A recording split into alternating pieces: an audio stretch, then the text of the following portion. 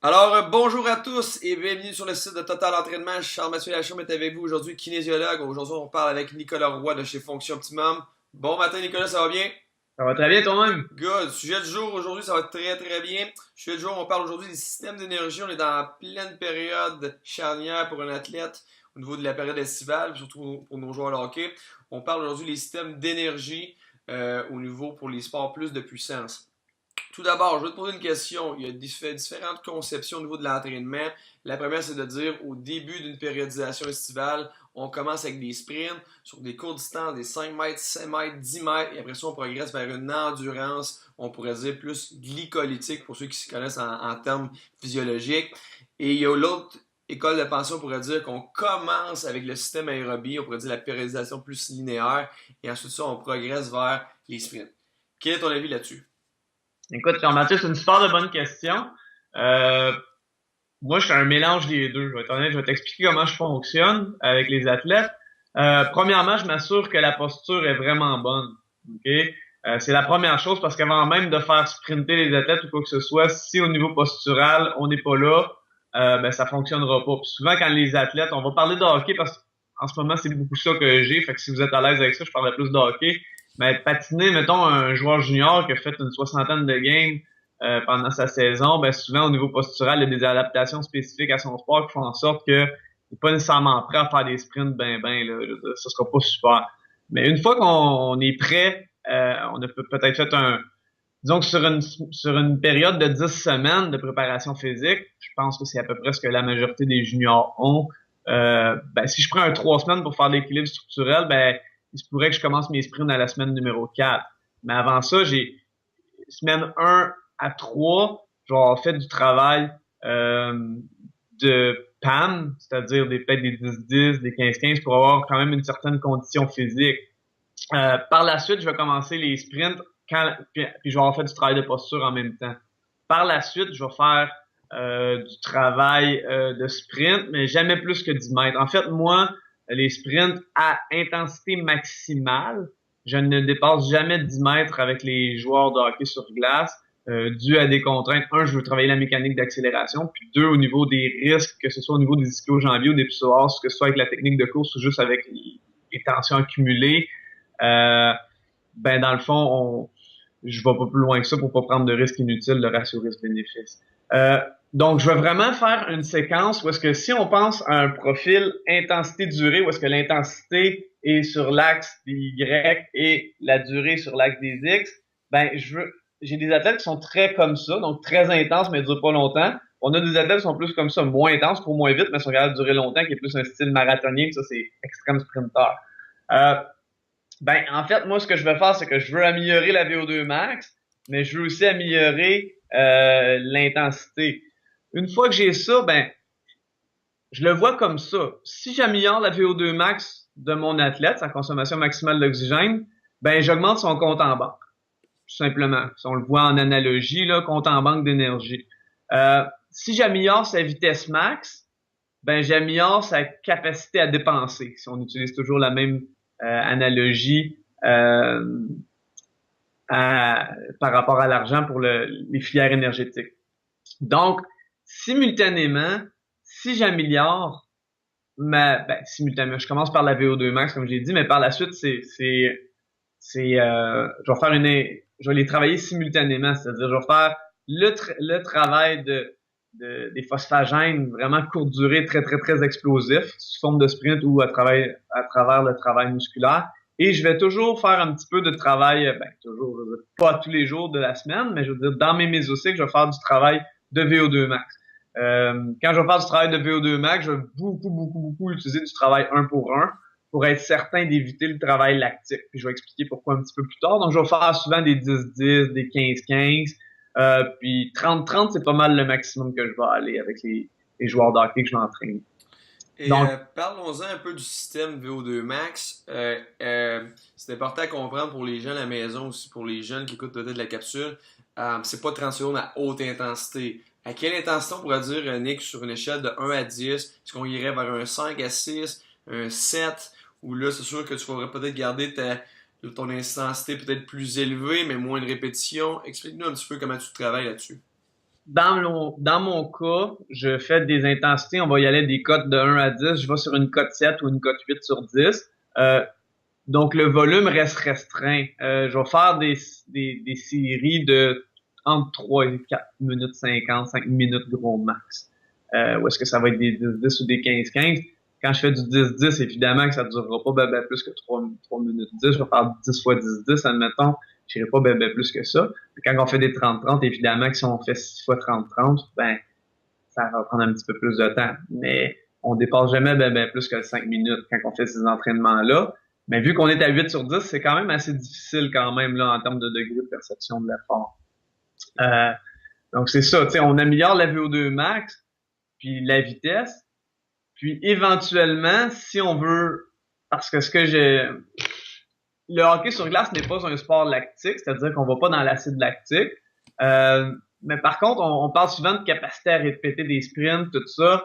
Donc, on veut avoir quand même une bonne capacité à récupérer. Puis la meilleure manière de récupérer, ben, c'est d'avoir une bonne VO2 max, donc d'avoir un bon cardio. Souvent, les gens vont éviter ou vouloir éviter de faire du cardiovasculaire. Ben, un de mes collègues serait pas heureux d'entendre ce terme-là, mais dire tu travailles de filière énergétique au niveau aérobie, ce serait le vrai terme, parce que sinon il y en a qui vont grincer des dents. Mais parce que on dire ça fait de l'interférence, je vais perdre mes fibres rapides, je vais être moins explosif, la fameuse interférence. Ben, l'interférence, c'est pas nécessairement quand on fait du travail de VO2 max qu'elle se produit, mais c'est beaucoup plus quand on fait du travail d'endurance aérobie. Si je donne une analogie pour les gens, ben la VO2 max, ce serait grimper le sommet d'une montagne. OK? Mon sommet, c'est la hauteur de mon sommet. Donc, le plus haut d'oxygène que je suis capable de consommer.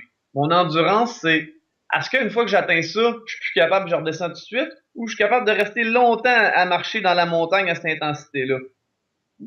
C'est là, si tu essaies de rester à un haut pourcentage longtemps de tout ça, c'est là que tu crées l'interférence. Mais si tu redescends tout de suite après, tu as eu un beau petit sommet, mais tu n'as pas créé l'interférence parce que tu as redescendu tout de suite.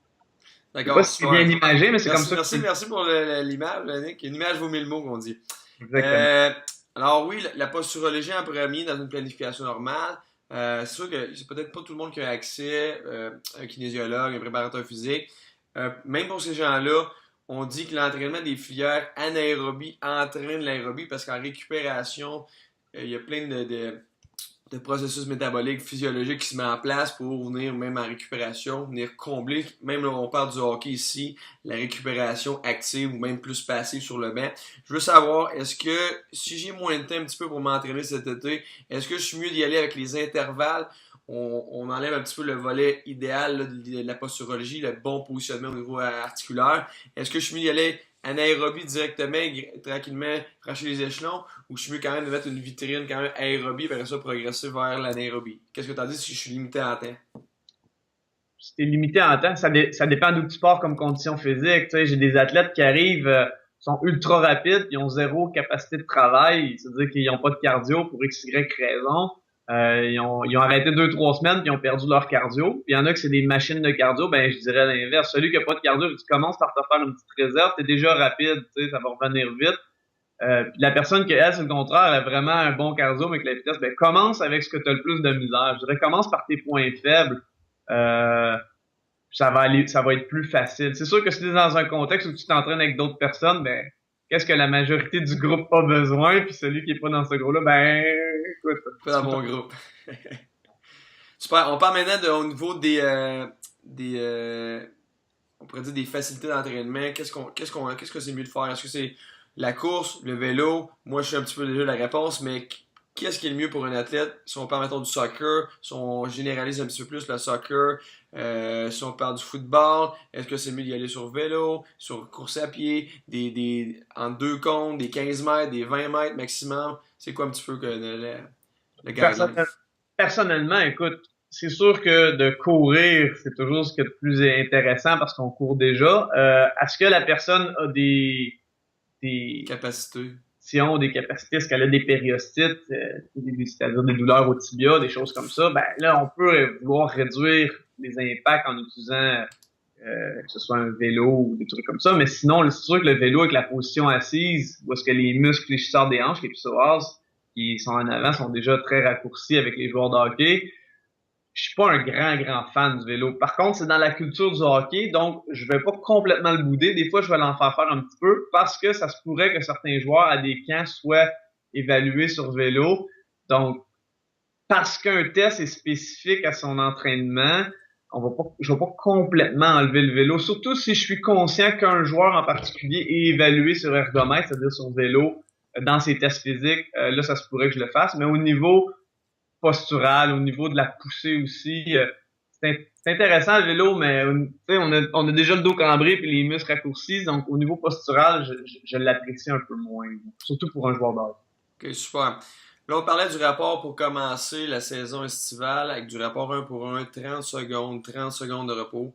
Je voulais savoir, après ça, on progresse comment jusqu'à la fin de la saison? Est-ce qu'on commence avec un rapport 1 pour 1? On garde le 30 secondes d'intensité, peut-être on le bonifie vers un 9, un 10 sur 10. Et ensuite de ça, je veux savoir est-ce qu'on y va avec un rapport 1 pour 2, 1 pour 3, pour un genre 2 semaines, 2 semaines, 2 semaines. Est-ce qu'on le progresse comme ça, tout dépendant de la périodisation nécessairement? Effectivement, plus la saison avance, la saison, on dit le 10 semaines, la saison de préparation physique estivale, plus l'intensité va augmenter et plus les temps de repos vont augmenter. Puis, dans le fond, pourquoi que je vais faire ça? C'est que je vais utiliser ce qu'on appelle l'effet slingshot.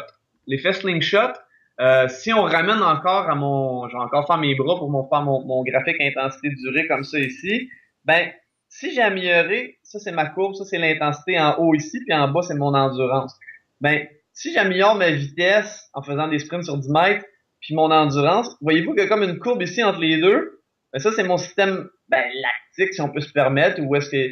Puis là, en faisant plus d'intensité, mais avec des plus longtemps de repos, pouf, ça fait un slingshot, ça fait comme une courbe ici, comme un élastique, puis on va propulser cette partie-là de la courbe pour aller plus vers le haut. Donc, la courbe est là, je fais ça, en travaillant mes sprints puis mon endurance, puis là, pouf, je fais ça par la suite. On appelle ça l'effet slingshot. Ok, super. Alors, pour la fin de la saison, tu vas jusqu'à combien au niveau de ton temps de travail, temps de repos, au niveau du rapport? Est-ce que tu vas jusqu'à un maximum 1 pour 4? Parce qu'on sait peut-être que le joueur de hockey va peut-être, pour les attaquants, on parle d'un rapport 1 plus 1 pour 3, défenseur 1 pour 1. Si on parle de Piqué Souban, c'est un 26 minutes, 30 minutes par match pour un 60 minutes de jeu au total. Écoute, pour les ratios, moi, c'est rare que je vais dépasser le 1 pour 3. 1 pour 3, 1 pour 4. Parfait. Super. Si on parle maintenant de répétition d'entraînement, il nous reste peu de temps pour aujourd'hui, pour la chronique. Je veux savoir un petit peu ton avis vis-à-vis ça au niveau du volume d'entraînement. Est-ce que, par exemple, au début, j'ai investi plus une demi-heure? Là, tu me parlais tout à l'heure du 30 secondes, 30 secondes.